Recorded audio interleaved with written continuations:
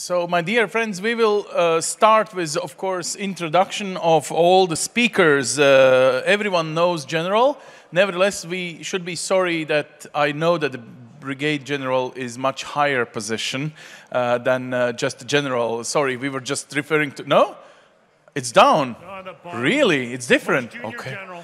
Oh my God, because all generals in Latvia, and we have like 3 of them only, when they come to television, they are always insisting me to say Brigade General. So, okay, now learning by doing. Okay, Tõnu. Tõnu works for, here you are, Tõnu.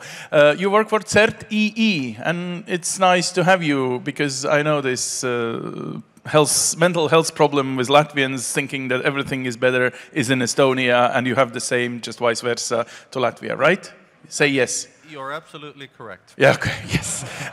Now, actually, the Varis Teivāns, I know for many years, he's not with this problem. He thinks that both are good members of the great European team, and actually the representative of Latvian CERT.LV. But also this great European team is named ENISA.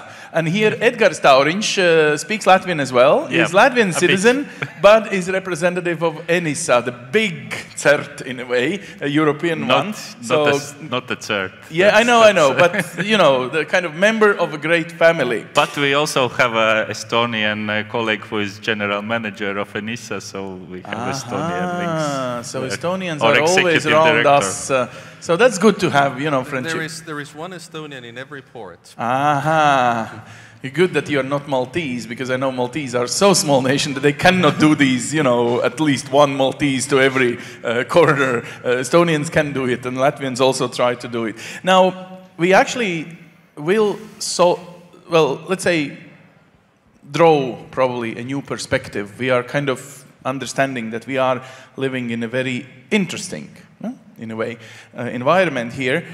And this discussion is actually to also involve you guys. So please raise your hands. Oskars did his job great. Oskar, no first hand, okay? Some others, but then in a case of emergency, I just face you and then you come and help me. Now, my first thing is Varis to you, as also host in a kind of this event. Do we play the same games in a sense of same armament, of the same tools?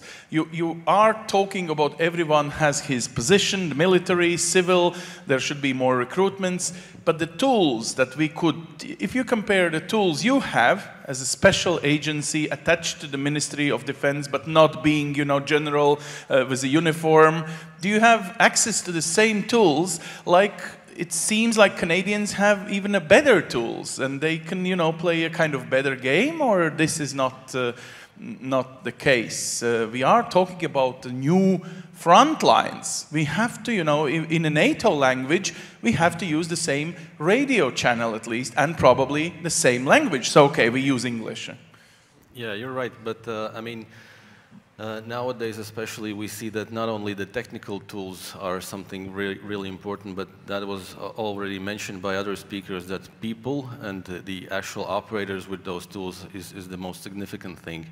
And I'm really proud of what we have here in Latvia, not only in CERT, but also the community, the cybersecurity community that we have built, and people that are here present. It's something to be proud of, and they can provide their expertise both to Latvia in particular and to region.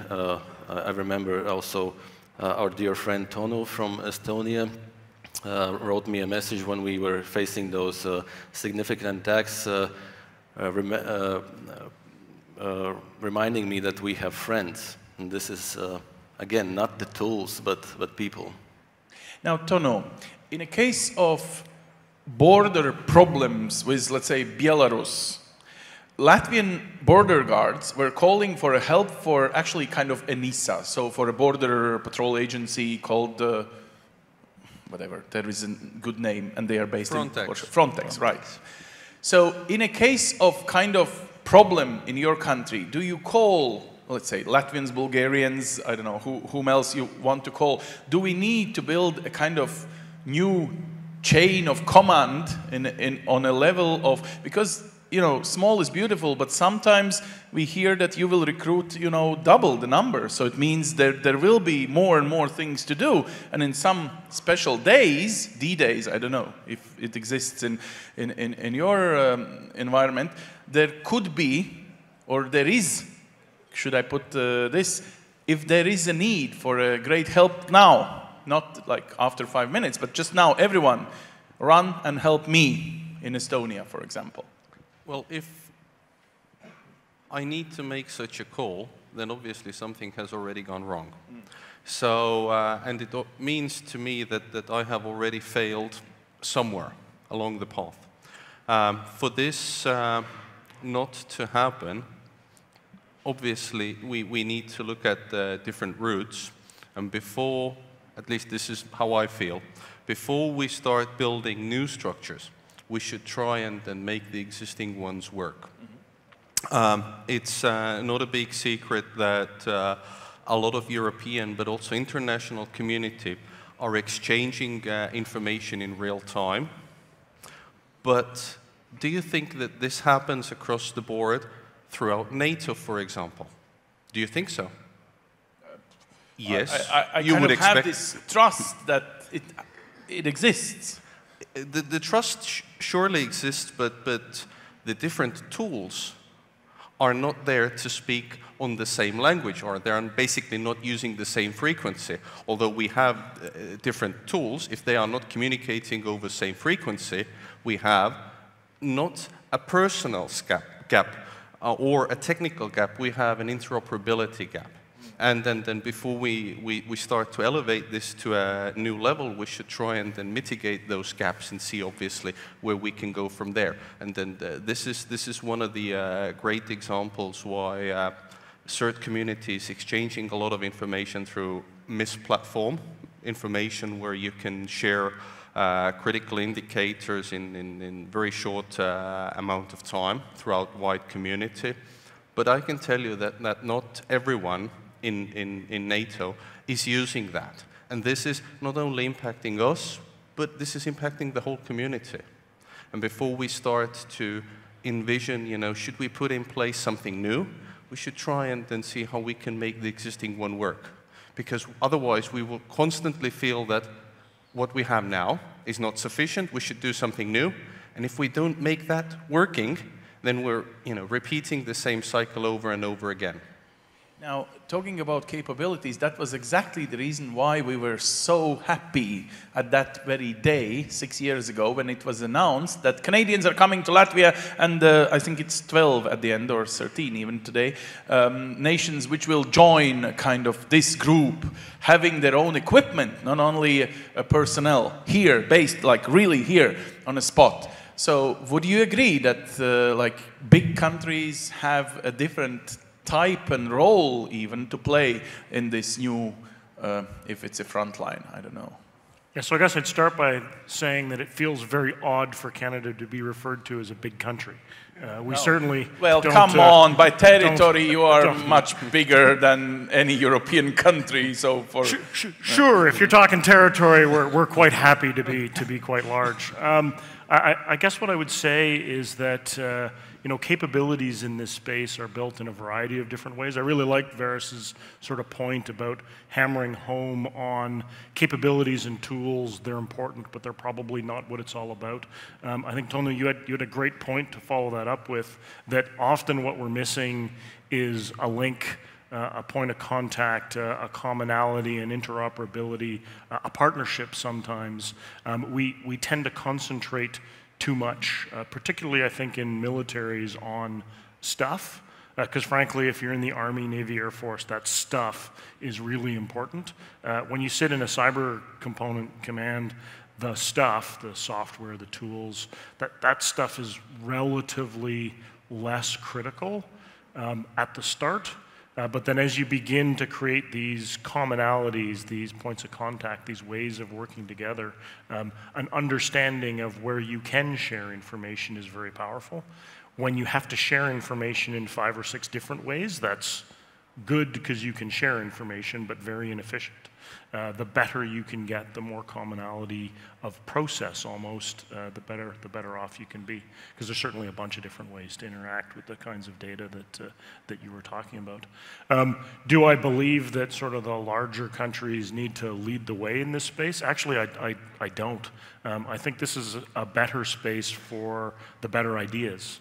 And the better ideas are going to come from where they come from, not necessarily from some of the larger typical countries. So I think I may have scratched again at the edge of your question, but. Yeah, more or less I understand what you think. I'm just thinking about the reality of a kind of NATO, you know, big family. We are kind of trusting each other, right? Around this table. Now, we have a meeting of ministers of foreign affairs. They try to be diplomatic. Then there are ministers of defense. They try to be, you know, forceful and decisive and, you know, put all the, to you guys, to military stuff of NATO. Do we need a kind of special, and should it be an agency? Should it be a ministerial meeting? Should it be something like a shape, like this very special command unit of NATO for cyber affairs? Because it's a future. We will probably never fix it. It will be always things to do there. Yes, I mean, I think that's an interesting question. I would say that as we've kind of gone on this journey within the Canadian Armed Forces, there's a key moment earlier where we tried to actually ban the word cyber. If cyber ever appeared on its own somewhere as a standalone word, you were almost certainly saying something wrong. Cyber belonged as an adjective to describe something else. We use cyberspace to do things as opposed to its own separate entity. And I think, again, this kind of goes back to some of what Tõnu was saying. I think we need to be careful about, are we really using what we already have before we try to build something new? Is there a new, different enough problem here that you need to invest in a whole new architecture and infrastructure in order to execute it? Or do you already have ways to address it? And I'll give an example. We have a variety of different ways to address terrorism, both within NATO and broadly internationally. Do we need a different thing that handles those problems if they happen to move into cyberspace and you're talking about cyber terrorism? My instinct in the first instance is no. We're better to use the tools that we've already got until we find a gap. But you don't know you've got a gap until you try to use what you already have.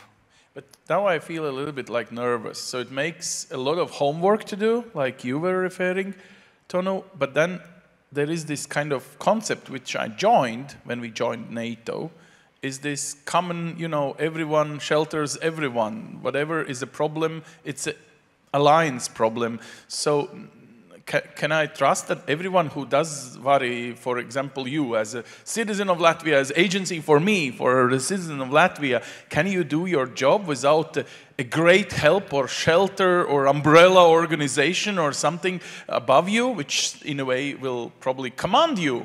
Maybe you don't want to be commanded. Yeah, well, this is what has to be made sure, that the first response for each nation in NATO is the capability that they have on their own, and this is the first priority. Also, to add on the tools and your initial question, I think obviously maybe some bigger economics can afford millions and millions of dollars on tools, some threat intelligence products, etc. And they're obviously very good and might create some benefit. But it's also important to know how to use, like already Tõnu said, how to use your existing tools and use them correctly and wisely. For example, it's not worth to hide a problem that is existing not only in Latvia but also in other states, especially in the government sector, that we buy shiny boxes that promise us to protect our environment and everything is going to be fixed for us, but it's not true. So again, you have a Ferrari in your garage, but you don't know how to drive it, and that's something that has to be addressed first of all in each individual nation.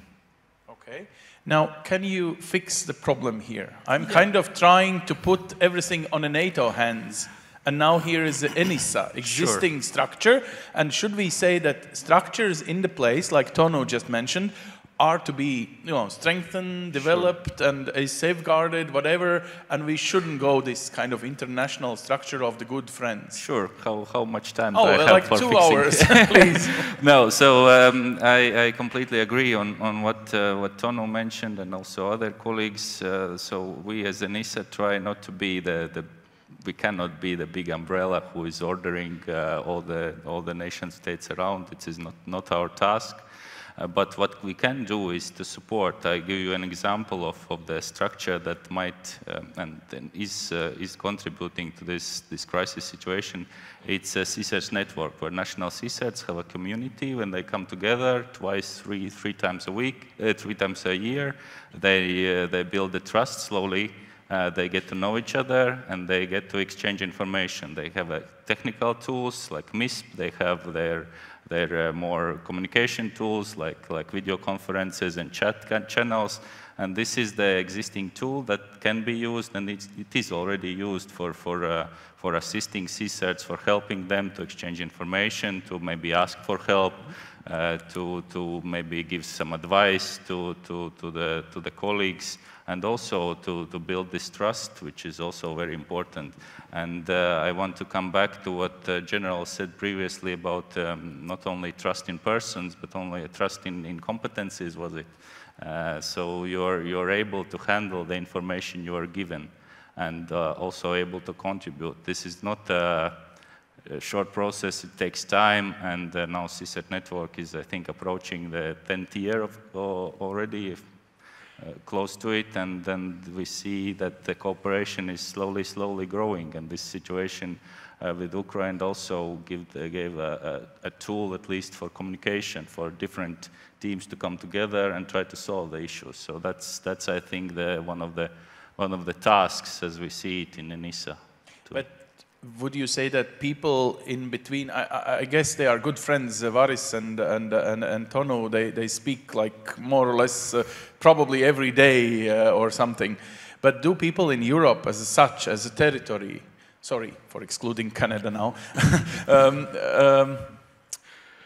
do they communicate enough? So you provide the tools, that sounds great, but we are overloaded with information. Time is money, we are running out of it. Why should I now communicate with a Greek person? I mean, what can he help me in this very moment when I need to do my cyber cleanup or because something? that's why you have to build this trust beforehand, before the things happen, and you have to see that there is some advantage of sharing the information, so you receive something back and people trust you more. So it's not a process like introducing Varis and Tõnu for the first time and they immediately connect and start. It takes time, it takes building going through the different events and then seeing how it works together. So it's not an easy answer to this question, unfortunately. Okay, who can give me an answer? Where is this front line? We are kind of referring to this discussion as a new front line.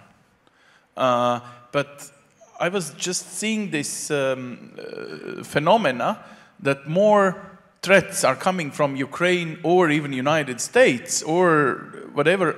Germany was in the table mentioned there. So these are the territories of inside NATO space, of inside Western world, and they are the ones who are threatening our systems and everything more than those guys in the East. If we address the question that I get to ask from especially from many of the Western journalists, you guys so close to Russia. And I'm just saying that, Russia is as close to Paris as it is to Auckland, as it is to Ottawa in terms of cyber, than it is to Tallinn. Yeah. Sorry, less than a second. Second, in human understanding, it's just like that. It's gone. So in terms of cyber, we are not only everyone's neighbor, we're literally sharing the same bed. And when some people in the bed, instead of wanting to sleep, want to have a party, then nobody is really enjoying, this sort of night in a hotel, really. So this is the first thing we need to understand, that physical world and how we see how we see world, are a little bit different in terms of cyber. In terms of cyber, things are a little bit different. For example, if I steal €5 from your wallet, you don't have it anymore. Don't have any wallet. Well, exactly. So you've already lost it. But if I steal your data, you don't. Now suddenly there is 2 copies of the data. So in money terms, I've made 5 times 5. Well, 5 plus 5 equals 10. Yep. So this is something that people are really struggling to understand in physical concept. But we need to make them understanding that cyber is not only a military thing. If we look at Ukraine, yes, there is war in the east, but on the western part, okay, the country is still in war, but people go to work every morning, people go to school every morning, they do their shopping, etc., etc. So the country is still living its, I don't want to say normal life, but they are going through the same routines again. And this is also part of military activity. You need to keep the country going. So this is it becomes the sort of wider sort of defense. And this is not something that military has to address, but this is something that civilian agencies need to address in order for having a safer country. Now, General, please remove this uniform and tell us as a Canadian about this nightlife. They were referring to the nightlife in Tallinn, but if we refer it in Ottawa, so do people in Ottawa, before they enter this, well, whatever, pub in Friday night, do they have this feeling on an Ottawa street that they are also involved, as in Narva, which is just next to the Russian border place, in Estonia, or in Tallinn, or in Ottawa, or in Auckland, or in wherever? Do they have the same feeling? No, they would say, you even referred in your speech, you said, oh, someone like bolts, you are the front fighters in a way. Yeah, so absolutely there is a different sense about the threat that Russia is what we're talking about. Russia poses between living in Latvia and living in Canada.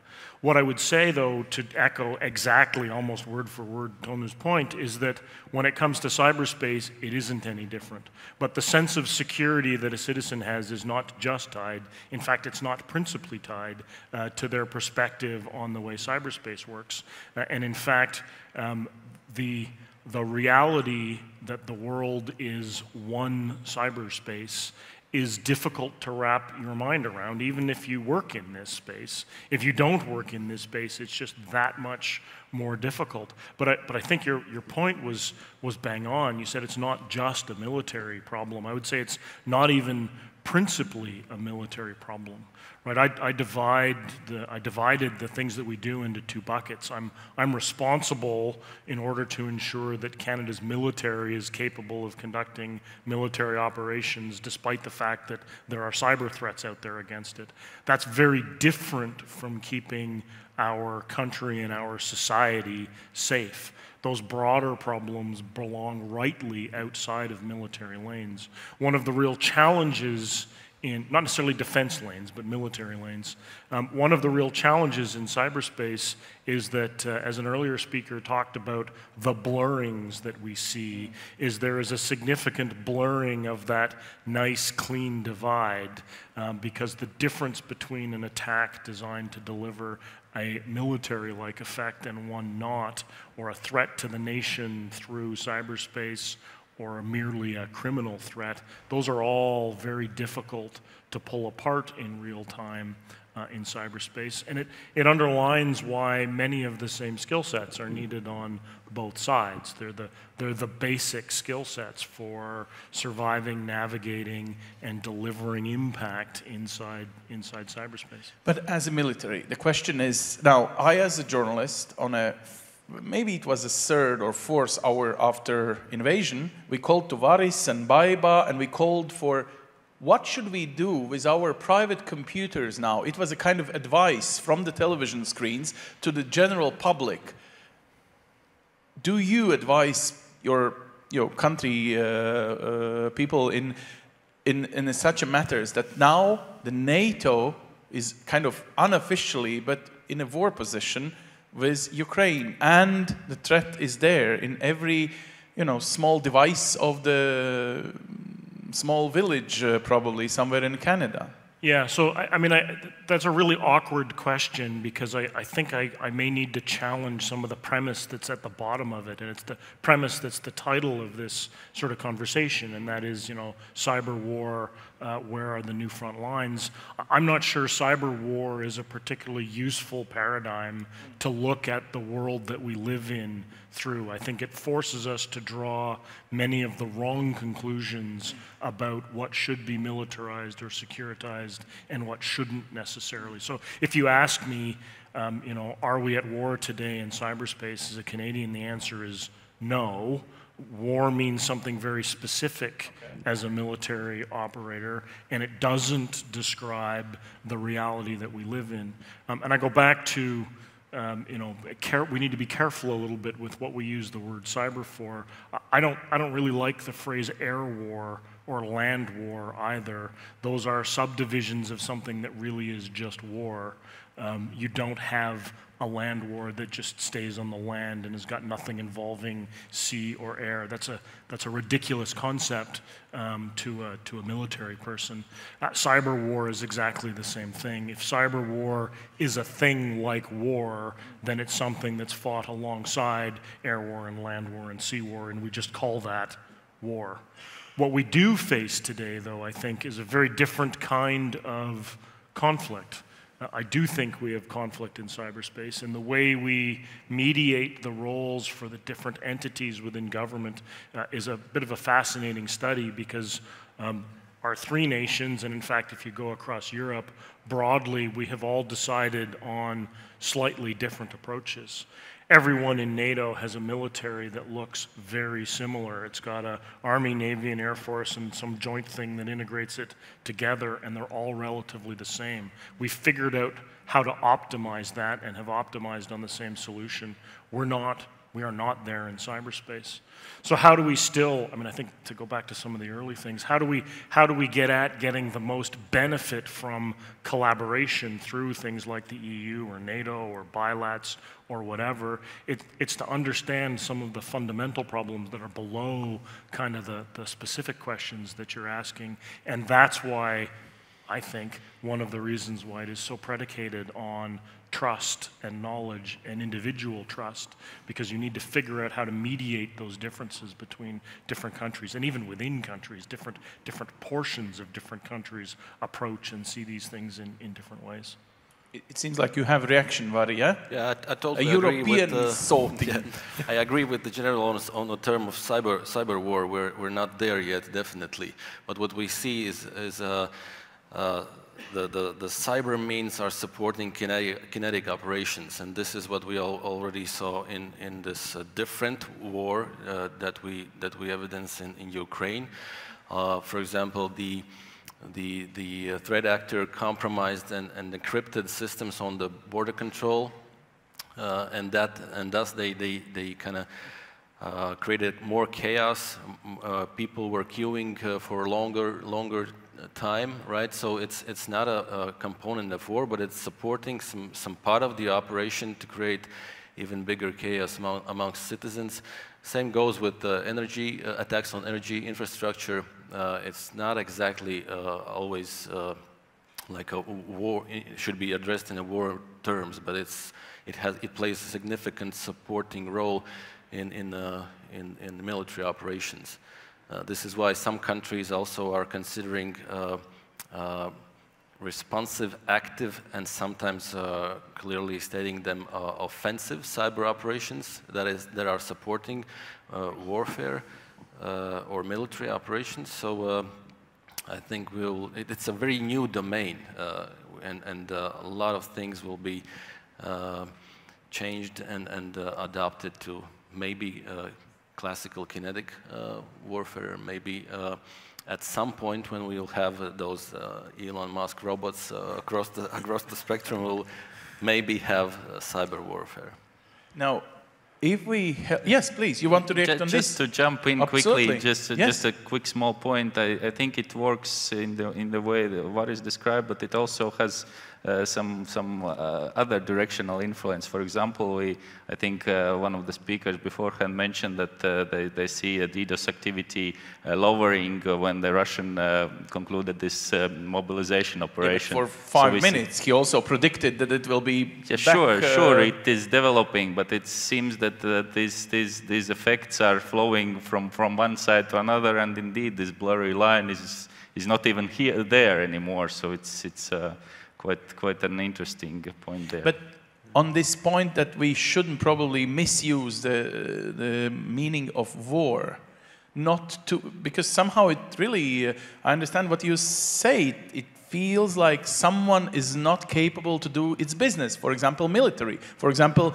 CERT or ENISA, the agency. If we are in a war, then everyone should be involved in a way or something. How you deal with this? Should we not use this very word? Nicer wording should be found.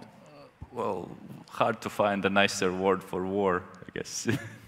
But this modern warfare is different in a sense that you see the people in Kiev drinking coffee while the air raids are going on. So that's also the world is changing in terms, and the term word is indeed to be used very carefully. But what we are having here is indeed significant conflict. And it's still going on. It's nowhere near to the end. So we have to prepare ourselves for a long-term commitment. And this is why the guys in CERTs are very important. So they're not burning out, and they have enough resources to continue. This is not a sprint. This is marathon. You know, this saying, but it's true in these terms. So we're in there for a long situation, and we have to be prepared for it. So if they are not threatening us, what should we do now? We do supply them with, like Ukrainians, with some armament, with some advices, trainings, everything. Should we supply them with the offensive capabilities to really go in offense to, well, Russia, the one, you know, to get integrity of Ukrainian territory back? I wanted, before coming to your last question, I wanted to say that I agree with Brigadier General. War has a very specific meaning, and it has been used, I think, too lightly in many of the contexts. It is true that putting the war into the context of cyber, when you look at UN norms, is not so easy, because data is not per se considered an asset that you can lose. And that is why, in UN norms, there is also not a very strict guideline. You bomb 3 houses, this is an act of terrorism. You do 4, this is now considered a war. And equally, it's not military's concern whether, you can't refill a tank. Suddenly, this has become a war because I can't refill a car, and this is, it's the same thing. What we care most is that refilling happens irregardless of whether it's the tank that needs refilling or your Porsche. So coming to the Ukraine situation, we actually had a discussion with some of our European counterparts, and I think it was in very early March, exactly on the same line. Ukraine requested some assistance, and should we provide them with tools that you can use to look at your own digital infrastructure, identify vulnerabilities, and hopefully fix them before Russians have the capability of doing some damage. But if you turn these tools against Russia, you can do the same, but with different objectives. And I had a very simple and very stupid question. I was saying that, you supply them with bullets, you supply them with cannons, what other military equipment is there? And then you're worried about some software. Ha. And, well, it kind of helped to put things in perspective, to say that, if you're doing physically, you're giving them something that can be used to physically shoot a person. Then, some damage to the systems. To me, it sounds a little bit less relevant somehow. So how to make it relevant? Gentlemen, come, help. Should we be also offensive organizations in our help? I mean, we are supplying everything, but not capabilities in this kind. Just defensive advices, probably. No, I didn't say that we're not supplying, but this is something that, you know, the concern was, if we supply them with offensive cyber capabilities, should that be considered an act of war from the Russian perspective? And then I was like, well, offensive cyber capability versus offensive, I don't know, multiple rocket launchers. And you're worried about cyber. Exactly. Of course, if we want Ukrainians to succeed, we need to provide them with all tools that can help them to come out of this situation as a winner. I hear logic, and you're probably not going to decide it now, but describe it. How should we look at this situation? Varis, you have an answer? Yeah, I really like the point what Tõnu made, but I guess there's also a difference where the impact is, and with those offensive cyber means, you can get an impact inland also. So I'm not sure if that changes anything or not, but that's a fact. And I think that it's a really good question also, not only to this conflict in Ukraine, but also in our own state. How should we and when should we prioritize defensive and offensive operations? So I've had for a long time I had this idea that we should get our stuff together first on a defense spectrum, and then think about how to go on offensive operations. But I'm not sure if I'm right, because the reality shows that the strategic opponent sometimes does not understand until they get a hit on their rib cage or somewhere else before it. So it basically means that probably the right answer nowadays is to look on both of those spectrums and work on both of them simultaneously, if you have a capacity, obviously, for that. But I'm still a very strong believer, if we talk about our own nation, that we have to get our stuff together on the defense line. So, from the military point of view, of course, keep remember that we are the online conference around the world. So, not to have problem with your prime minister later. I get to have the advantage that the answer to the question of what we should do in the Ukraine is up to politicians, not up to military officers. But what I can do is scratch the other question about, you know, defense or offense, and it's a little bit like Dr. Bloomberg's question. The answer is yes. It is a question of balance. Certainly, Canada's decided to develop both kinds of capabilities. What I would say, though, is that what we've seen over the last year that's been a little bit different is, you know, at these conferences probably 5 years ago, certainly my American colleagues would have said that in many ways the best defense is a good offense. And I think what we've actually seen is the best defense is a really good defense. Good, well-run defenses make a massive difference in cyberspace conflict.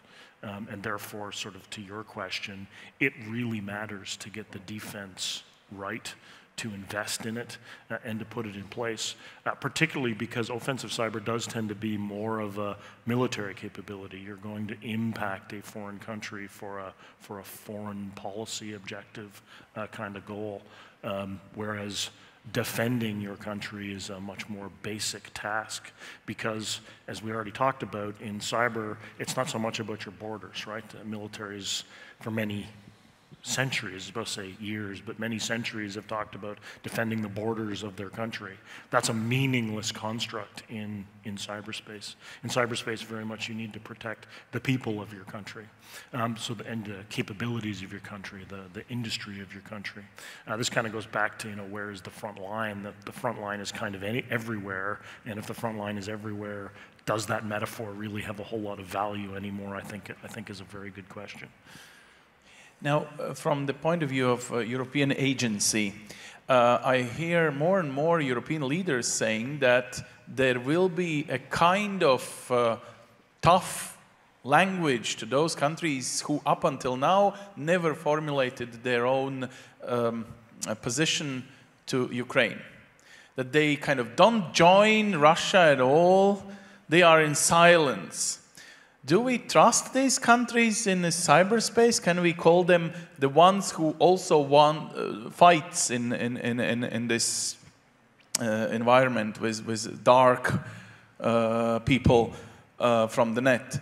Or we should kind of exclude them from the family? So can we say that from the point of front line, we formulate the ones who are with us? It very much reminds Stalin's language. He said, you know, the one who is not with us should be killed in a way. So how do you measure this? Because it's not very clear who is in the other side. Is it always Russia? Sometimes it might be with different, probably, reasons even, not to support the war in Ukraine, but with different reasons. Other countries who are not the best friends of Russia, but they use the situation. So how should we react in this totally different environment, you know, to measure the friendship or something? Well, first of all, thank you for this political question. Sorry, journalists. But what I can say is, and that might be my personal opinion, because of course this is up to politicians most largely also to decide. But what I can come up with back with is this trust in individuals. So. Of course, when speaking with the CERT team, it's not necessarily that you trust one person and you don't trust the country as such. So it's a lot of this personal trust component in there. However, as Europe, we are united in diversity, right? This is the slogan of what we have. So we must take into account different points of view, not necessarily maybe it's adversary point of view, it's maybe lack of understanding, maybe lack of empathy I know Latvians think of Russia maybe differently than Germans, for example. Sure. That's for sure. So it's step-by-step process, and it's individual talks, and it's a different level talks. So it's not a silver bullet answer for this tricky question.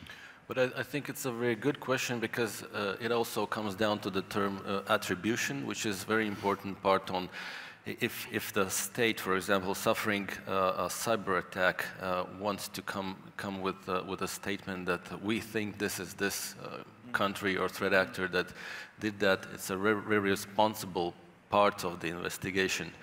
And this is why also, from one perspective, in the Baltics, we might think that it's always Russians, but it's definitely not like that. And I think it's a great responsibility also on our side to do a thorough investigation together with our partners and allies to come. Sometimes maybe even with the joint statements that support the result of the investigation or some decisions. So it also is important from the terms of NATO and defense. There are every now and then, especially politicians, mention these responses, possible responses on significant cyber attacks, up to Article 5 and things like that, right? So again, if no objective attribution is done on that part, it's not possible. So I think it's one thing to consider very seriously.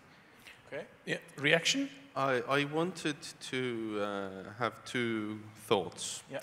I will start on the attribution part. It is understandable why politicians want to do this, because they also want to do something. This is not a joke, by the way. When we do the attribution, and let's assume that we get it right, has it ever stopped a new attack from the same threat actor? It hasn't. So what's the point of doing this? We are revealing the cards that we have, and how we identified, how we put the pieces together. And what do we get in return?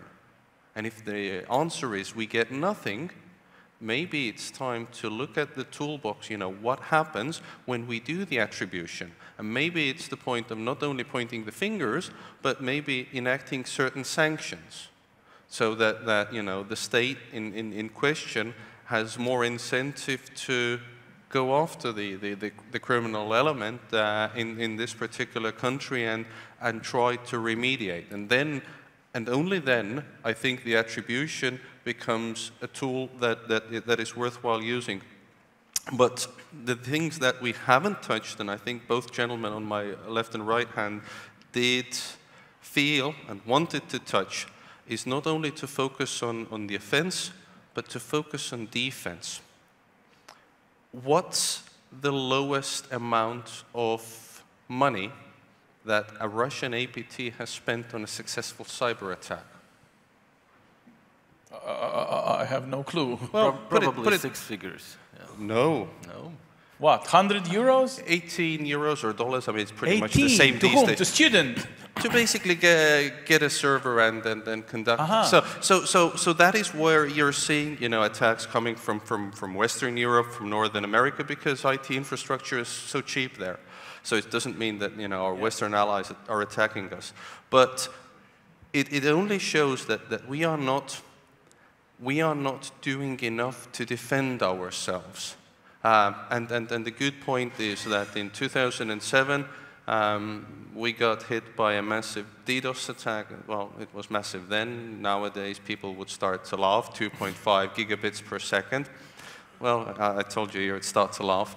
This year, a little more than a month ago, the attack was almost 100 times bigger. And the comparison, back then, we felt it pretty badly. This year, well, the systems detected it, but for general population, it was not visible. And then that is where I'm saying that you know, in trying to combat this $18 or euros worth of investment to actually start protecting, this is where we need to focus most. How do we increase our posture of resilience to these attacks so that we can drive the cost of attack up? Yeah. Tõnu kind of proves my point on the still concentrating on defense, and honestly, it just takes sometimes just for some guy or girl watch a video on YouTube to perform effective cyber attack. That's all it's needed nowadays. And if it's that simple, then it means that on the defensive side, it's not done properly, probably, right? So if we fix that, and it's possible to fix that, and also this understanding of it's not possible to evade cyber attacks at all or their effect. You have to be just prepared enough to detect them, be able to respond in a timely manner, and react accordingly. So if we achieve that on a nationwide level, that is something that we would like to also in the CERT achieve. But also to return to the point on the command that you highlighted, who should command what? It's a very tricky question, especially if it's a wartime. For example, with the defensive organizations like CERT, in the wartime, probably they still have to continue to work on the defense, even though they probably all of them have some knowledge on offensive capability. And this is very important to understand also in the military field, that for those generals and people in command, how and if that resource should be used at any point of time. Of course. Now, questions, remarks, something that comes in your mind, maybe suggestions or denials, whatever. Please. If no hand, I can't. Oh, yes, please, please. You can use whatever. Yeah, it works. Yes, please.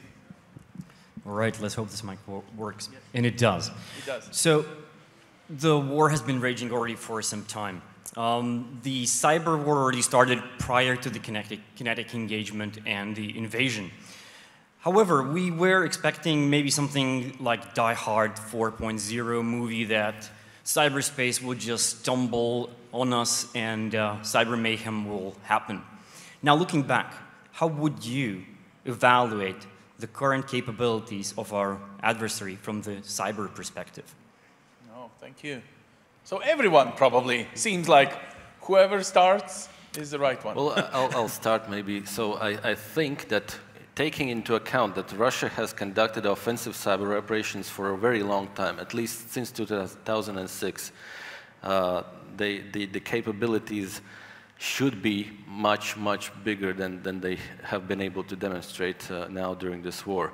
I think also the inability to coordinate and use those opportunities have been highlighted at the very beginning of the war, when they had a chance to disrupt or maybe use for their own benefit access to Viasat satellite equipment, and what they did basically they rendered them unusable, which probably did some damage to the Ukrainian military. But I think that also, as my speculation, it might be highlighting the fact that Putin was hoping for a fast results and a very short war.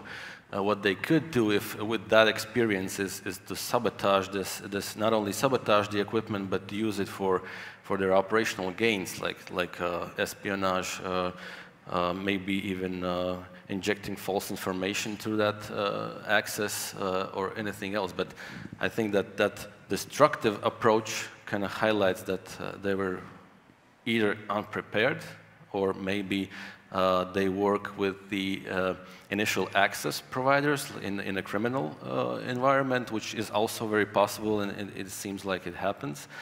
Or maybe just no one actually knew that it's going to happen, which also might be true. So if you start a war, you should tell your people you're going to start a war. Yeah, normally yes, but it's Russia. Yeah, can I add to that? So what we have seen, we haven't certainly seen the Cyber Armageddon or Die Hard 5 scenario yet. And I think it's also important just to stress that, of course, also Russia is involving its capabilities and learning from mistakes, so we cannot be safe at any time soon. But what I would like to stress is the involvement of, let's say, private sector or hacktivists connecting to this military operation. And it's more like due to propaganda reasons. We have seen the different hacking groups, taking sides. Some of them take sides from Russia, some of them take sides from Ukraine as well. So that has been an interesting development. And also we have seen, for example, with the Skillnet that was mentioned also before, that this group also had some evolvements. They are more splitting up. They're focusing on other topics. They're going into more commercial sectors, so they're learning, developing, and evolving. So the situation is changing a lot, but I agree with that we haven't seen the Armageddon situation so far. Okay. I have been cursed with a good memory in some sense, and I remember it was 26th or something along these lines in February, when news on Russian progress on the front lines, it was a little bit difficult to understand, and how Russian media put forth, they basically reached Kiev and it has fallen, etc., etc. So they were looking for a fast win, and in that context, I would ask a very stupid question: why would you damage your own, or soon to be your own, infrastructure? Yeah. You would not do that if you're in any sense on the right mind. And we have not seen that happening, but there is a term in military context, and I think Brigadier General can elaborate that. What is a burnt ground tactic? We have not seen it yet, and it requires, I believe, a change in mindset that has not yet arrived. So to completely exclude that from the formula, I would not be brave enough to say that it will not come. But what capabilities or capacities would you need if the cost of a successful attack costs 18 euros? from a defending point of view, if you have done none of your homework, then the possibility for widespread damage is definitely there. Okay, please. Yeah, so I mean, I'd say a couple of things. First of all, there have been some surprising things. I think it's going to take us quite a while to unpack why they were surprising, and there could be a variety of reasons. I'm certainly not going to talk about that now. But one of the things I would say that we've seen that was surprising that we can talk about is how effective some of the defenses have been. Just how effective some of the CERT's activities, just how effective some of our ability to mitigate the impact of massive DDoS attacks. These are things that did not exist to the same degree of effectiveness in previous conflicts, and are the kinds of tactics and techniques that have hurt us in the past. So I would say we should certainly be cautious. You know, Russia's got a history of having a very capable offensive cyber suite of tools that we certainly have not seen optimally used yet. But I think the response to that is exactly the kinds of things we're talking about here today. How do we strengthen the cyber defenses of our countries? How do we optimize the capabilities of CERTs? How do we support each other? All of the kind of things that have been the ongoing conversation here so far. Okay, clear. Questions? If not, then yes, please, please. Yeah, you should come along the microphone, please. Maybe present yourself if you want. Yes, I'm Mikko Kenttälä. I'm one of the speakers in the technical track. Welcome. I have a question related to the previous question also. Have you seen some restraints in the cyber field? Meaning that is there something which is some elements in the cyber field which has been stopping the attackers to go more forward what they may be capable of doing? So is there something, or clear signs of things like that, or do you feel it has some kind of role in the recent events of cyber attacks, what we know? And can I add to this? If something from the list you will now list could be useful, like used by you, by CERT organizations, but then also could be introduced as a tool for, you know, business. The people who are represented here, they can, you know, learn from your experience and introduce in their big systems. Right, so I'll start and hope the colleagues will add something to that. I think that, again, hate to repeat, but being more effective on defense stops the attackers, because it's not a low-hanging fruit then, from a targeting perspective. This is one thing that is obviously an evidence. If all that it takes for the threat actor to send in a macros-enabled document into the organization's email and someone clicks on it and everything works, it means that it's a low-hanging fruit, and especially it's critical if it's in such a state of security as in a critical infrastructure. So this is one point, and also what I think we probably could be even more effective as a society, but we are much faster on exchanging the information, on sharing the indicators, threat indicators, establishing those communication channels and trusted forums where people are sharing, and sometimes even declassifying information that previously was classified and not shared so wide, just to gain the effect on a defense side. So that definitely helps and changes perspective also from the attacker's perspective, point of view. Yeah, please. If we look at the reasons for success on Ukrainian side, especially on some of the recent campaigns, then this is not only down to people getting good training. This is not only down to, you know, good equipment that Western allies have given, but also, I think, a good deception. Why I'm mentioning this? I don't think it's a surprise for people in this conference, but if you look at some of the malware behaviors in the past, if you had Russian language installed in your computer, the malware did not deploy. What else have we seen? Well, we run a public sandbox that everyone can use, and we have seen sometimes malware checking if it is in the sandbox. It's checking for specific signatures. Now, put these things together. What happens if you deploy throughout your organizations indicators that, you know, every machine is a sandbox? It doesn't do anything else, but sits there. And you're using an active deception as a defense. So you can use different tools in different places. Just be creative. Well, it just makes so many critical thinking. Every minute you have to use it. I mean, congratulations. You will never, you know, be old because your brain will operate. Wow, cool. That's why I look young. Yeah, I would say my job, being journalist, is much, much more easy peasy. I mean, honestly, all the best to you guys. Now, if you have something, I've got nothing to top Tõnu on that one.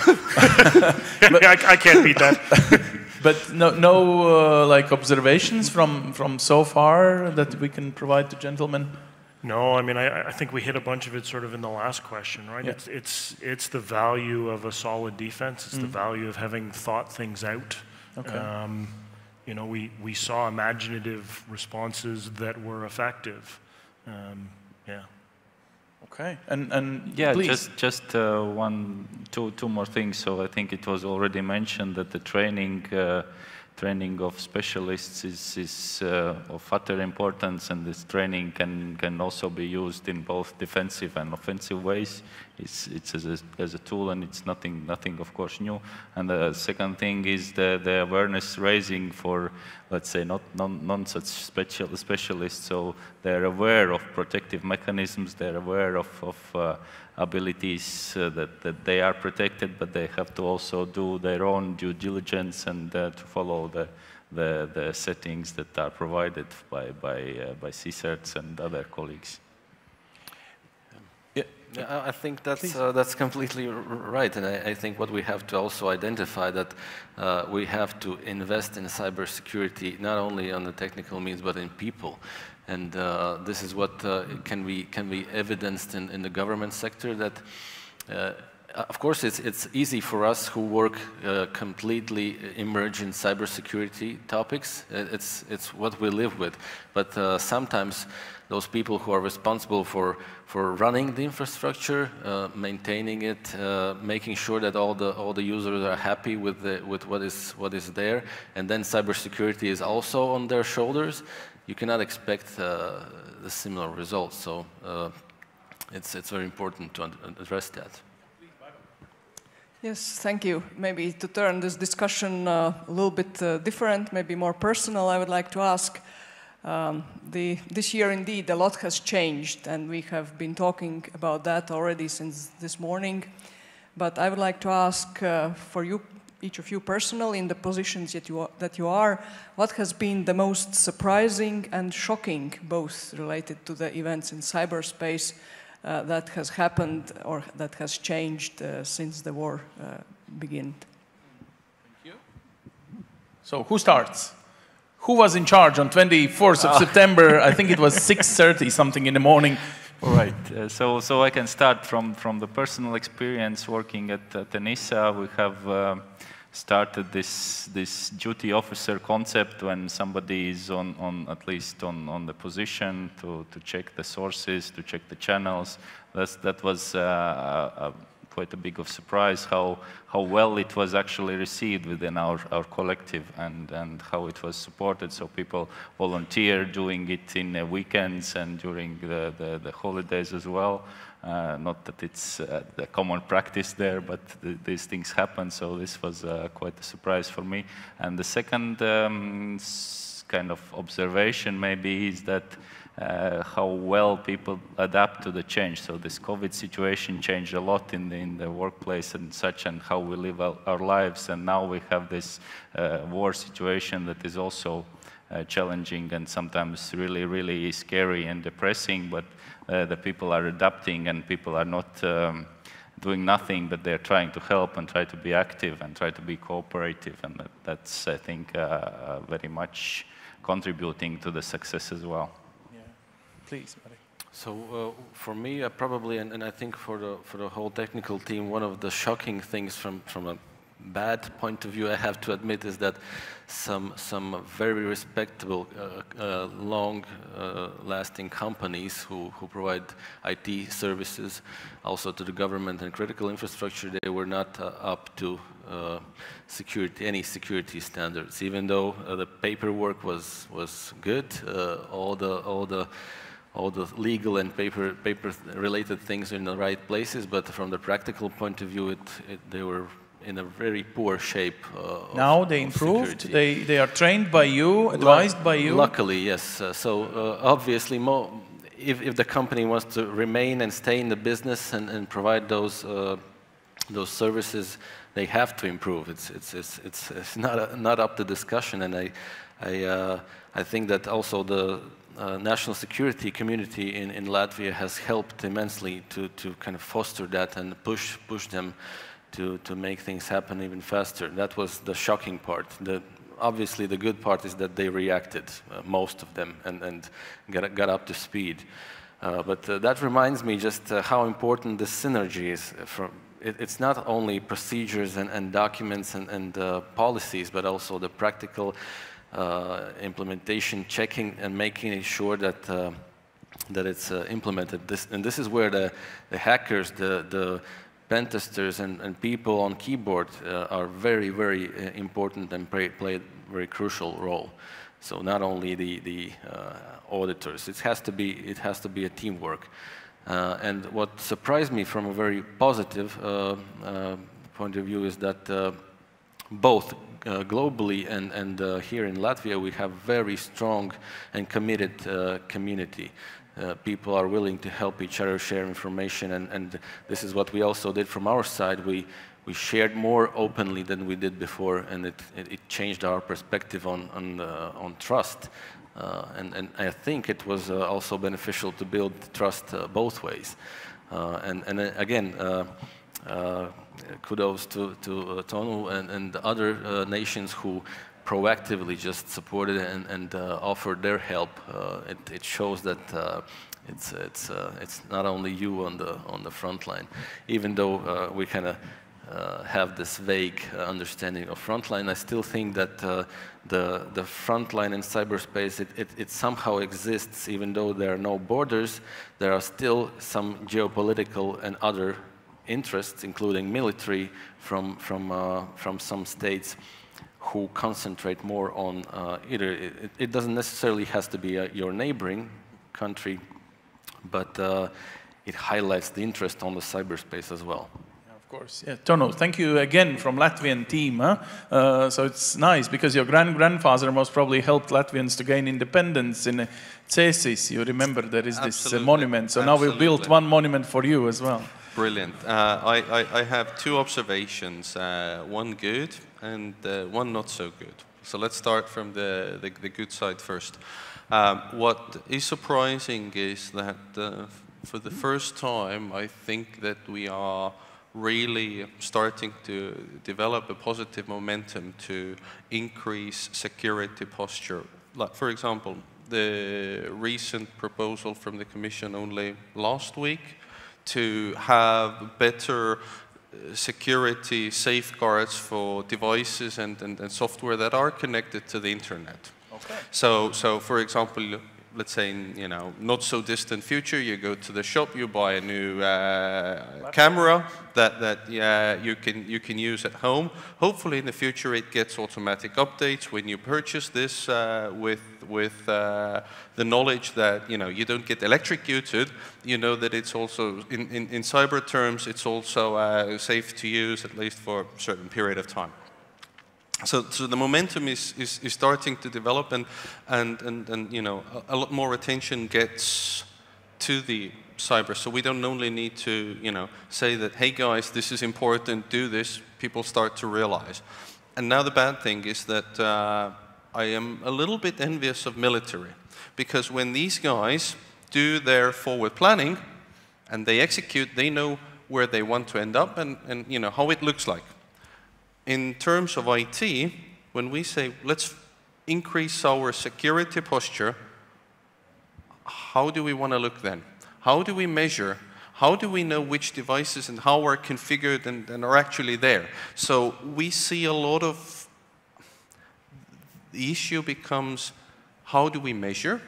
And how do we get the right skills to the right people so they can execute this task of, you know, moving themselves and then their infrastructure towards a better place? And this is where I see a sort of skills gap and even understandings gap that needs addressing. And how to do this, I don't think I even have a good answer now. Well, maybe next conference, huh? We will ask you the same question when you come next year. You'll be famous.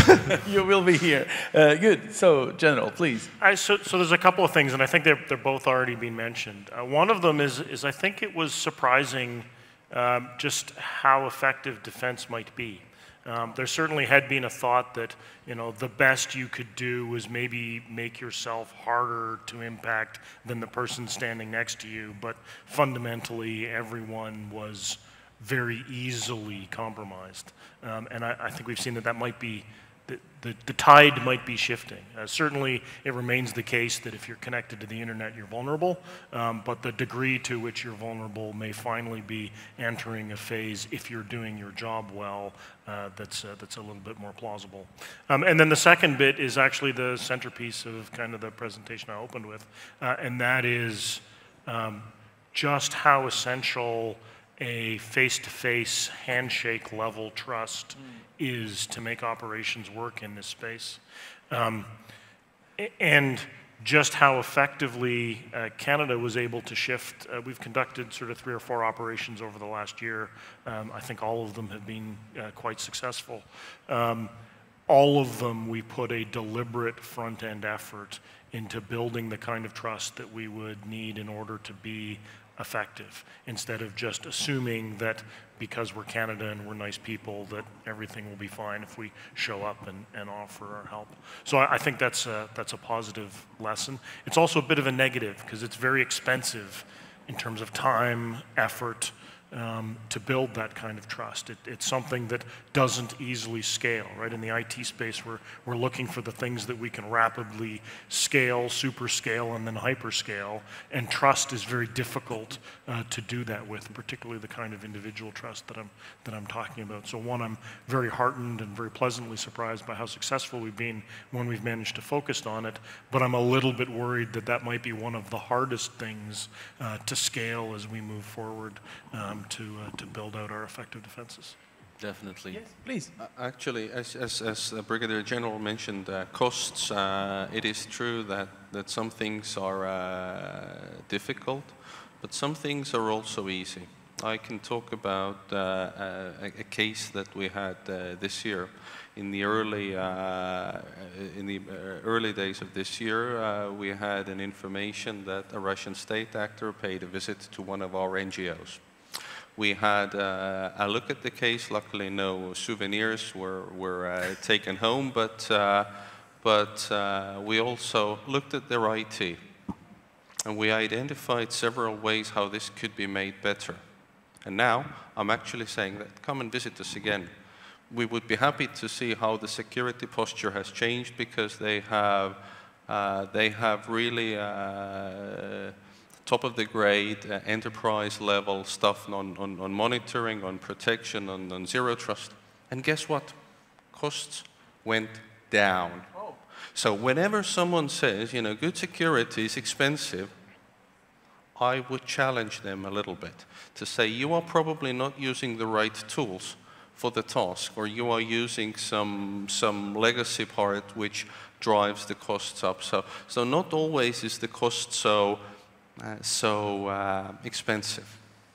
Okay, that's an interesting point. Now, talking about expenses, we entered also this year this new language of sanctions. Whatever is proposed, and it's not always easy to find the new ways of influencing. Could you suggest, please, something very practical from the cyberspace? Is it an access? Is it whatever, computing? We know that Russia is limited of getting technologies. They cannot. Even chips are running out, hopefully very soon, in their country. Now, do you see that the cyberspace itself could be somehow used as a new, package of sanctions against this country, so to stop their invasion in Ukraine? Or we did everything what we could, and it's not only, of course, about the sanctions, maybe about also tools that the cyberspace provides us that we should really use, and not necessarily as a offense or something. I don't know, should we, because at one point we could also, of course, end up with a kind of different internet space, or what? What do you think also is probably the second question to this kind? What it will end up if we introduce a lot of sanctions, a lot of things? Will they build their own systems, like payment systems, for example, we saw, this MIR, or whatever small or big things that are connected with your everyday job? Oh, sorry for tough questions or stupid questions. I even don't know how to measure this. It's not in principle a stupid or a tough question. It's a very simple question that it doesn't have such a simple answer. Aww. So I assume MIR is a great payment system, as long as it doesn't work anywhere else in the world. So if you have limitations, Russian people will probably feel it very directly. The same goes with internet connectivity. I know a lot of US tier 1 internet providers withdrew their operations from Russia. Okay, I can understand that. But equally, this is making the life of Russian propaganda machine so much more easy, because they don't need to combat, what we are putting forward as, this is the actual picture. So with every response there is always pros and cons, and they must be very carefully analyzed to make sure that we are not shooting accidentally on our own leg. Yeah, this is the big question with sanctions everywhere, even with oil and gas, not only with cyberspace. So do you have not an easy answer to a very easy question? It's not an easy answer, but I think sanctions could be part of a responsive cyber defense. Like you mentioned before, sanctions, if they are thought through wisely, they could be a response to cyber attack. Yeah. That might be even effective, but I also have to agree that it's not an easy task to weigh which one of them and which of those restrictions are worthwhile and not damaging it even more. Well, for example, if we again fantasize on this responsive part, we could maybe discuss that the updates for operating systems are not delivered to Russia at all. At some point, they will probably be even more vulnerable on their infrastructure than they are now, and it would be maybe even easier to conduct offensive operations on their infrastructure. Is it good or bad? It probably depends, but it also means that people like script kiddies, for example, could conduct similar attacks with maybe even very devastating effects, and not in a controlled manner. So it has to be weighed in. Okay, just an ideas. Yes, please. Yeah, maybe I can add a bit of a different perspective, not in terms of sanction, but in terms of the positive things that are happening also at the European level. Is that as Tõnu mentioned, the changes in legislation, and some things are happening a bit quicker because of the current events, and also we see that both in member states there are increase of financing to the cyber capabilities, and also ENISA is working on that, on trying to provide actually the the assistance to the member states if needed, so we have some capabilities boost in that sense, and also in exercises and trainings, which is also important to deal with one of the most important assets, which are the people. So there's not only this restrictive and then punishing sanctions effect, but this also develops some positives in terms of our own together capabilities making. Of course, yes. Yes. Yeah, so I guess I'd, not to add so much, but just to point out an interesting factor that came out of a few of those answers, and that is how many of those pieces aren't necessarily under direct control of the state. So if you think about how the global internet infrastructure works, much of it is in private corporations' hands, much of it in large multinational corporate hands. So many of the kinds of options that were just talked about aren't necessarily things that are easily accessible by the state. State has ways to apply pressure to get what it wants, of course, but it is interesting that in this space, some of those tools belong to others. You mentioned the US Tier 1 service providers who pulled out on their own calculus, on their own calculation, not necessarily that of their state or the West. Okay, now we will use technology. If you are shy enough to ask your question, then you can use Menti. Of course, I'll come to you. Yes, come approach the microphone. Up until you approach, I will inform you that there is an opportunity to ask a question digitally, and then I will pronounce it here from the stage. So you have to go to Menti, and I'm afraid I forgot this. Can you see it in the small screens now? There is a kind of key, the combination of the number. Oh yes, sorry, forgot. So the code is on your this beautiful badge. Those who do not have it, should I quote it? 59239092. So this is how you come in a cloud of Menti, and you can formulate your question if you are shy. But we see Canadian military is not shy. Please, your question. Hi there. Yeah, I just had a question about cyber defense and flexibility. So to Varis, like obviously working with CERT.LV for the last 6 months, we've seen a level of flexibility in your organization to do the types of operations that you need to do, and also use the processes that you need to. Just a question of how do you build that flexibility within your organizations to achieve what you need to achieve to enable cyber defense. And then for the rest of the panelists, what are your experiences with the level of flexibility that you have in your organizations to do cyber defense, and how can we improve that? All right, very good question. Thank you. So I think one of the ways how we achieve this flexibility is the attitude and prioritization from the very top of it, like starting from Ministry of Defense, Baiba being the head of CERT, and allowing the technical teams and other involved people to be innovative and flexible, not to put them in a box and frame them somehow. So it's since the very beginning, and maybe also this fact that we started in academia, in academic environment, we were quite a free crowd, and it was a concern at the very beginning also to the intelligence community, local intelligence community, that might be a problem, but it turned out to be a success, I think, and.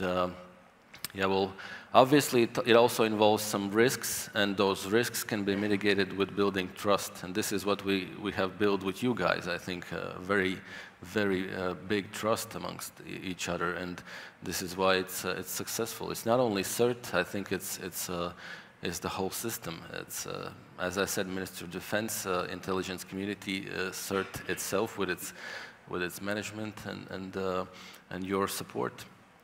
And how it can be even expanded even more, not only in CERT, but across the spectrum.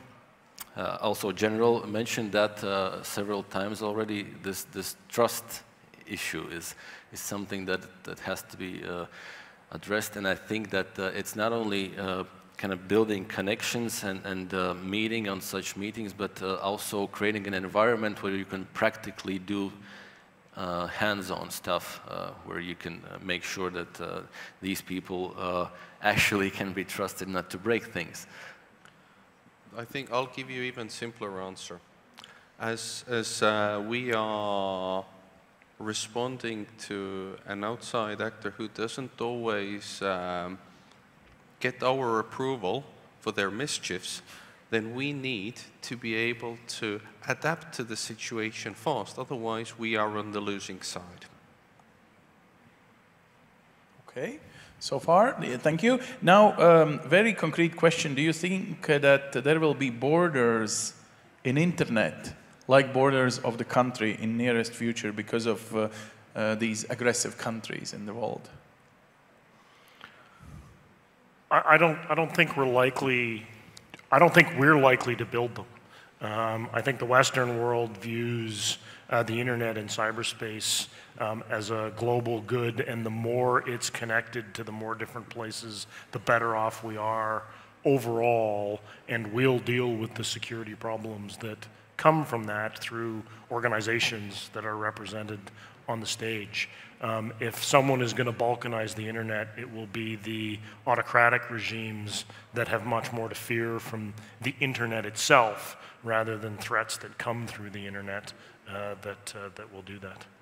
Like Canada, Estonia is also very high on Internet Freedom Index. So this is something that we take pride.